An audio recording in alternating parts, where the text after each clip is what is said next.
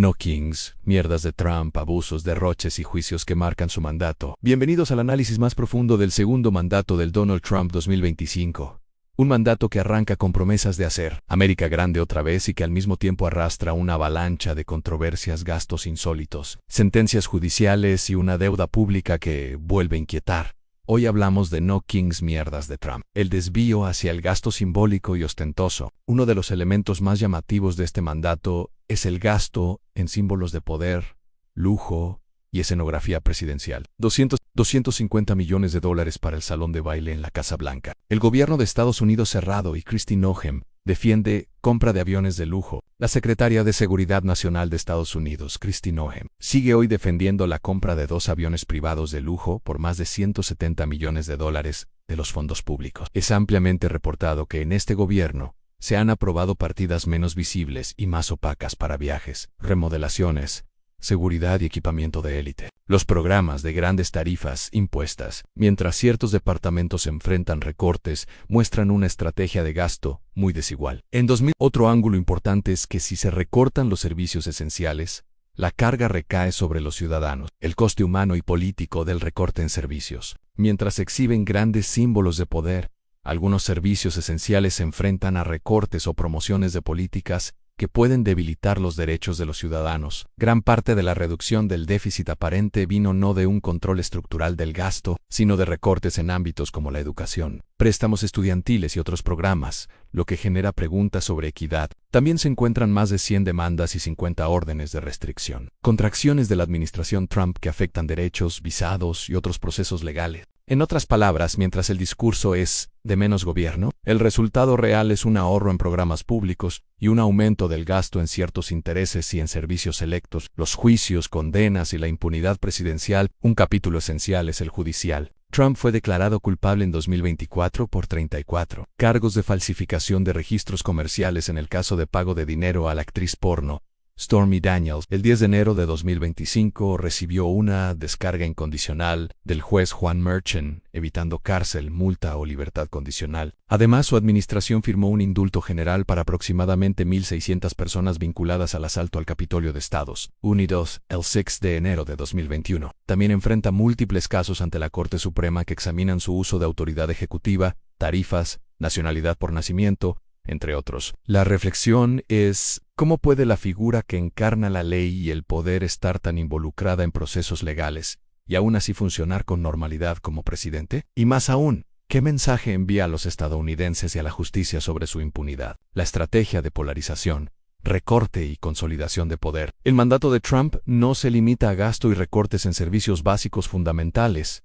Hay una clara estrategia política de polarización y de consolidación de poder, al retirar fondos o condicionar ayudas a ciudades dirigidas por demócratas, algo que se denuncia continuamente. Se genera un doble efecto: por un lado se debilitan gobiernos locales que no son amigos de Trump, y por otro se produce un mensaje disuasorio hacia opositores políticos. Ese tipo de maniobra política construye poder y dependencia, pero al mismo tiempo erosiona las normas democráticas. Cuando el gobierno federal decide usar su fuerza de gasto o de retiro del gasto para presionar a los adversarios, ¿dónde queda la separación de poderes? ¿Dónde la igualdad de los ciudadanos ante el sistema, gasto militar, viajes de lujo y el estado de excepción permanente? Otro ámbito clave que conviene destacar es la militarización, los viajes presidenciales y los gastos de protocolo que muchas veces no se someten a escrutinio público. Aunque no todos los datos están confirmados públicamente, sí sabemos que la administración Trump ha ampliado el uso de la Guardia Nacional para funciones domésticas, impulsando tarifas,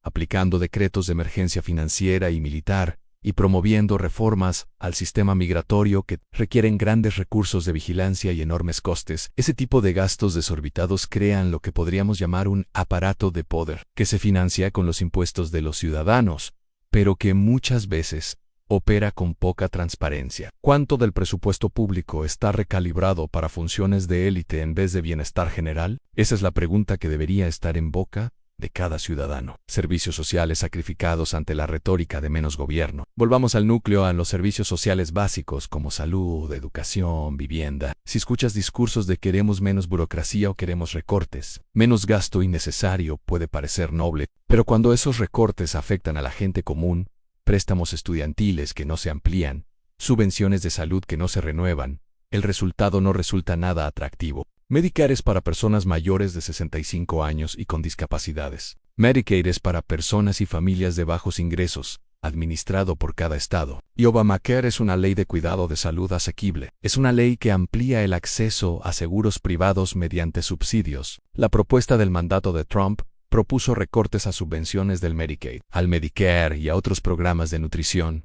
En la misma ley que aumentaba recortes de impuestos para los más ricos, la CBO estimó que ese paquete podría dejar 11.8 millones más de personas sin seguro médico para 2034. Los recortes del gobierno de Trump causarán 14 millones de muertes hasta 2030, pero dice preocuparse por la peligrosidad de la delincuencia. ¿Es justo llamar menos gobierno a una política que descarga los costes en los más vulnerables mientras protege a los poderosos? En realidad, menos gobierno es una mentira envuelta en una manipulación, una estafa para conseguir los votos que le llevaron a la presidencia junto al dinero de los poderosos que financiaban sus campañas. Como fue mentira y estafa al prometer sacar a la luz los archivos Epstein, y cuando fue elegido tratar de sepultarlos por sus propias implicaciones. ¿Es legítimo un presidente que se sirve de mentiras y estafas para llegar al poder? ¿Cómo se mide el éxito de una política si el bienestar de la mayoría resulta perjudicada? Incluso que una parte resulte en muerte por sus políticas. Pero no solo sus políticas matan, también siembra la crueldad típica de psicópatas. Durante el gobierno de Donald Trump, la política migratoria de tolerancia cero, implantada en 2018, produjo una de las crisis humanitarias más graves en la historia reciente de Estados Unidos. Miles de familias incluso, sin poder demostrar previamente su estado en el país, y algunas incluso, siendo estadounidenses, fueron separadas por orden del Departamento de Justicia. Los adultos eran procesados penalmente y los menores enviados a centros de detención del Departamento de Salud y Servicios Humanos. Investigaciones del Inspector General del DHS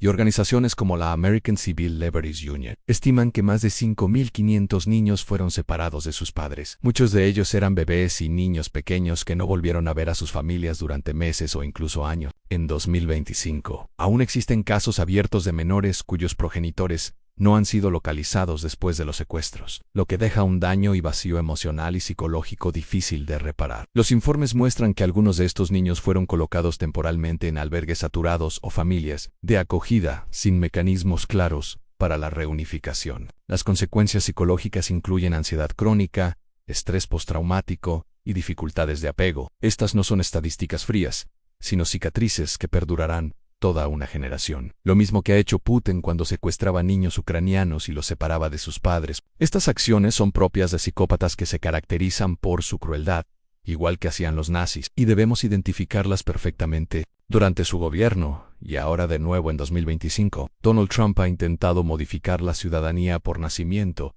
el derecho garantizado por la enmienda 14 de la Constitución de Estados Unidos. Pretende pervertir la propia Constitución mediante órdenes ejecutivas y discursos que plantean que los hijos de inmigrantes indocumentados no deberían ser ciudadanos automáticos. Esa idea, aunque repetidamente cuestionada por juristas y tribunales, busca alterar uno de los pilares más antiguos del concepto de igualdad en Estados Unidos, que nacer en suelo estadounidense te hace ciudadano, sin importar el origen de tus padres. Esta narrativa va unida a la política de separación familiar y al lenguaje de invasión usado en campañas políticas. Al deshumanizar a quienes migran, se justifica un trato cruel. Niños tratados como objetos de disuasión, padres criminalizados por buscar refugio, familias rotas como escarmiento colectivo, son dinámicas que la historia ya ha visto antes. Cuando un Estado empieza a dividir, etiquetar y castigar a poblaciones enteras por su origen o identidad, entra en un terreno moral peligrosamente conocido. Las lecciones de otros momentos, sean guerras, ocupaciones o regímenes autoritarios,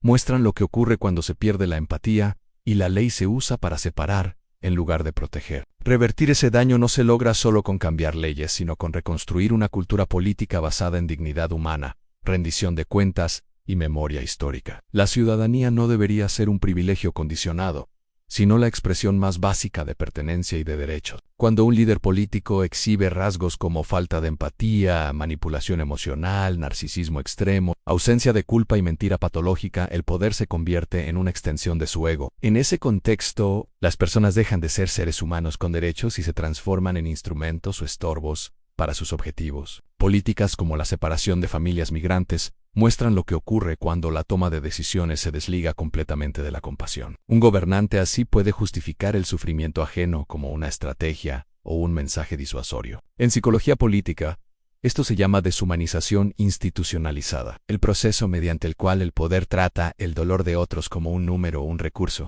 Las consecuencias son devastadoras. En primer lugar, se normaliza el abuso y las violaciones de derechos. La perversión de Estado se extiende. Donald Trump ha sido sentenciado por abuso sexual, y ese abuso lo arrastra a la política. Por este motivo utiliza las amenazas y el abuso de poder, provoca violaciones sexuales y de derechos constitucionales de la propia vida de los demás, tomándolas como suyas. Pero esta normalización de sus abusos provoca que funcionarios, agentes fronterizos y políticos aprenden que la crueldad puede ser política de Estado. Luego viene la pérdida de confianza. Los ciudadanos comienzan a percibir que la justicia y la moral pública están subordinadas al capricho del líder. Finalmente la sociedad se fractura. El miedo sustituye al diálogo, la obediencia al pensamiento crítico. Históricamente, los sistemas donde se concentran estas dinámicas terminan erosionando sus propias instituciones. Cuando un líder carece de remordimientos, el Estado entero empieza a imitar su falta de conciencia. Los límites éticos se desdibujan, las leyes se reinterpretan, y la crueldad se disfraza de eficiencia o patriotismo. Lo mismo que ocurrió en campos de concentración nazis, en Palestina, por el gobierno de Netanyahu, y ahora la crueldad se está produciendo en Estados Unidos. Todas ellas son violaciones de derechos de la vida de las leyes, que se retuercen para encontrar justificaciones a sus abusos. Por eso, el antídoto contra este tipo de liderazgo cruel y destructivo no es solo votar diferente, sino mantener viva la empatía colectiva. Un país que protege su compasión, protege también su democracia. La frialdad y la falta de conciencia en el poder no son señales de fortaleza, son los síntomas de un Estado que empieza a perder su alma. La narrativa de América primero y la contradicción interna. El mantra de Trump, América primero, America first, aparece una y otra vez. Tarifas, retirada de tratados, confrontación con aliados, recortes de ayuda extranjera, promesa de gasto militar fuerte, pero bajo esa bandera también aparece una contradicción. Para sostener ese modelo en gasto militar, se necesita una economía robusta, ingresos estables y un sistema que genere crecimiento. ¿Está el modelo América primero generando autonomía económica real o lo hace en base a recortes básicos y con aranceles a otros países, resultando que los estadounidenses paguen más por los productos importados que no se producen en Estados Unidos? El resultado es que los estadounidenses están financiando la política de Trump con sus propios perjuicios, corrupción, impunidad y el riesgo para las instituciones. Cuando un sistema político acepta que su líder sea condenado, aunque sin castigo real, conceda perdones masivos a participantes del asalto al Capitolio, que transforme los fondos federales en arma política, que avance reformas legales que amplían el poder ejecutivo sin contrapesos reales. Ahí hablamos de erosión institucional. Instituciones que deberían estar al servicio del bien común se convierten en instrumentos de poder, y el ciudadano se convierte muchas veces en espectador. Ciudadanos de un aparato político que ya no rinde cuentas como debería. Y hay un alto precio a pagar cuando estas prácticas se normalizan. Al final, ningún presidente, por poderoso que sea,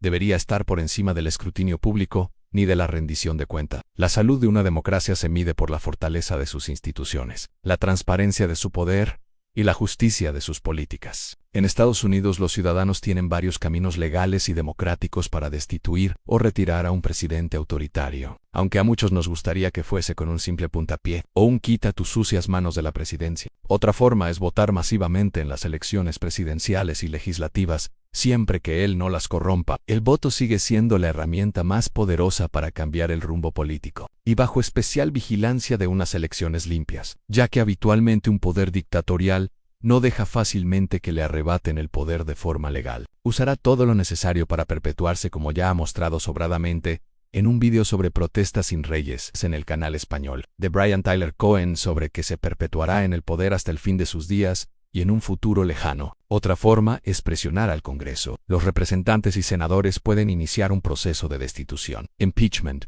por abusos de poder, corrupción o delitos graves. Acción judicial. Los tribunales pueden limitar el poder presidencial mediante demandas y sentencias si el presidente viola la Constitución. Movilización ciudadana y mediática, protestas pacíficas, periodismo independiente, organizaciones civiles y movimientos sociales son esenciales para mantener la rendición de cuentas. Votar en elecciones intermedias. Cambiar la composición del Congreso permite frenar políticas dañinas y restablecer el equilibrio de poder. En resumen, informarse, votar, exigir, no callar y, si hace falta, morder. La democracia se protege participando activamente en ella. Este video es una llamada de alerta que se une al reclamo de los estadounidenses. Sin reyes, no al poder sin control, sí a la ciudadanía. Si te ha gustado el vídeo, suscríbete, activa la campanita y comparte.